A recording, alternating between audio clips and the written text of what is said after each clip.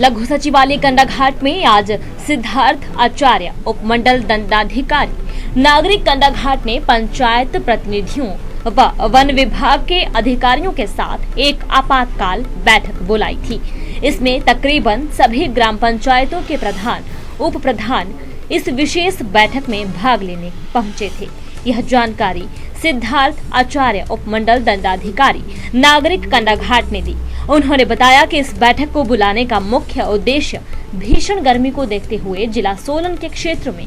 जंगलों में आगजनी की घटनाएं सामने आ रही हैं व पिछले वर्ष की भारी बारिश के कारण जो आपदा आई थी, इन दोनों विषयों को मद्देनजर रखते हुए इस बैठक का आयोजित किया गया। उन्होंने पंचायत प्रतिनिधियों के साथ साथ उपमंडल कंडाघाट की स्थानीय जनता से भी उपरोक्त विषयों, जिसमें खासकर वन संपदा और प्राकृतिक संसाधनों को बचाने की अपील की। जैसा कि आप सबको विदित है कि ज़िला सोलन में पिछले कुछ दिनों से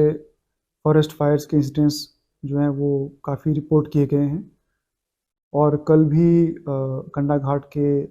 लोकल एरिया में काफ़ी फॉरेस्ट फायर का इंसिडेंट हुआ है, जिसमें सारा दिन भर डिफरेंट डिपार्टमेंट्स के लोग और स्थानीय जो लोग हैं वो इकट्ठे मिलकर उन्होंने उस फायर को डाउस करने में पूरे अपने एफर्ट्स डाले और शाम तक जो है वो फायर को काबू किया गया। और ये भी देखा गया कि जो फायर है वो एक जंगल से दूसरे जंगल और दूसरे जंगल से तीसरे जंगल तक फैलती गई। तो इसी उपलक्ष्य में आज हमने कंडाघाट ब्लॉक के विभिन्न पंचायत प्रधानों को बीडीओ साहब के माध्यम से यहाँ पर एक मीटिंग के लिए बुलाया था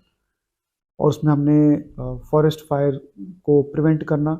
और फॉरेस्ट फायर को कैसे हैंडल करना है उसको लेकर चर्चा की। और इसमें मैंने उनको अवगत कराया कि माननीय उपायुक्त महोदय सोलन द्वारा 8 अप्रैल को एक ऑर्डर भी इशू कर दिया गया है, जिसमें उन्होंने ये आदेश दिया है कि जो किसी भी एरिया में जो एबल बॉडीड एडल्ट मेल जो लोग हैं, they are responsible for the protection of natural resources as well as the public properties. तो वो जो ऑर्डर डीसी महोदय ने दिया है वो भी मैंने उनके साथ शेयर किया है, ताकि हम फॉरेस्ट फायर को के संबंध में एक संजीदगी के साथ काम करें और फॉरेस्ट जो रिसोर्सेज हैं उनको अपने रिसोर्सेज समझकर उनको प्रोटेक्ट करें। और दूसरा जो था वो आपको पता है कि आने वाले 1-1.5 माह में फिर बरसात का मौसम आने वाला है और बरसात में पिछली बरसात में ये देखा गया कि काफ़ी जो नुकसान है वो लैक ऑफ ड्रेनेज की वजह से या फिर इम्प्रॉपर ड्रेनेज की वजह से नुकसान हुआ है। तो उसी के संबंध में डीसी महोदय ने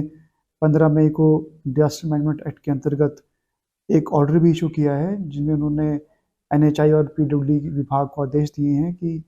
जितने भी सड़कों के ऊपर जो ड्रेन्स हैं,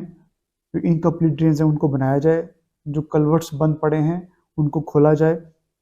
और जहाँ जहाँ ज़रूरत है वहाँ पर कल्वर्ट्स बनाए जाएं, ताकि आने वाले मानसून सीजन में दोबारा से नुकसान ना हो सके। तो उसके लिए भी मैंने सभी पंचायत प्रतिनिधियों को अवगत करवाया है कि अगर उनके पंचायत के एरिया में ऐसे कोई कल्वर्ट्स हैं जो बंद पड़े हैं या ऐसी कोई स्पॉट्स हैं जहाँ पर कल्वर्ट की ज़रूरत है या ऐसा कोई एनएच का एरिया क्रॉस करता है जहाँ पर कल्वर्ट्स या ड्रेनेज की ज़रूरत है, तो उस चीज़ के बारे में वो विभाग को भी अवगत कराएं और मुझे भी अवगत करवाएं। ये मीटिंग बड़े शॉर्ट नोटिस पर रखी गई थी, लेकिन जो हमने चर्चा की है उसमें सारे पंचायत प्रधानों ने बढ़ चढ़ कर हिस्सा लिया और वो इस इम्पॉर्टेंट और सीरियस इशू, एक फायर का और एक जो ड्रेनेज का जो इशू है, दोनों इश्यूज़ के बारे में उन्होंने काफ़ी अपनी कमिटमेंट शो की है। और मैं आशा करता हूँ कि जो भी ऑर्डर्स माननीय उपायुक्त महोदय द्वारा जारी किए गए हैं हम सब उनकी अनुपालना करेंगे, ताकि हमारा जो नेचुरल रिसोर्सेज हैं, हमारी वन संपदा है और हमारा पब्लिक इंफ्रास्ट्रक्चर है, उसकी प्रोटेक्शन की जाए। अक्सर देखा गया है कि गर्मियों में, जैसे कि मैंने पहले बताया है कि अब तो माननीय उपायुक्त महोदय द्वारा ऑर्डर भी इशू कर दिया गया है, लेकिन फिर भी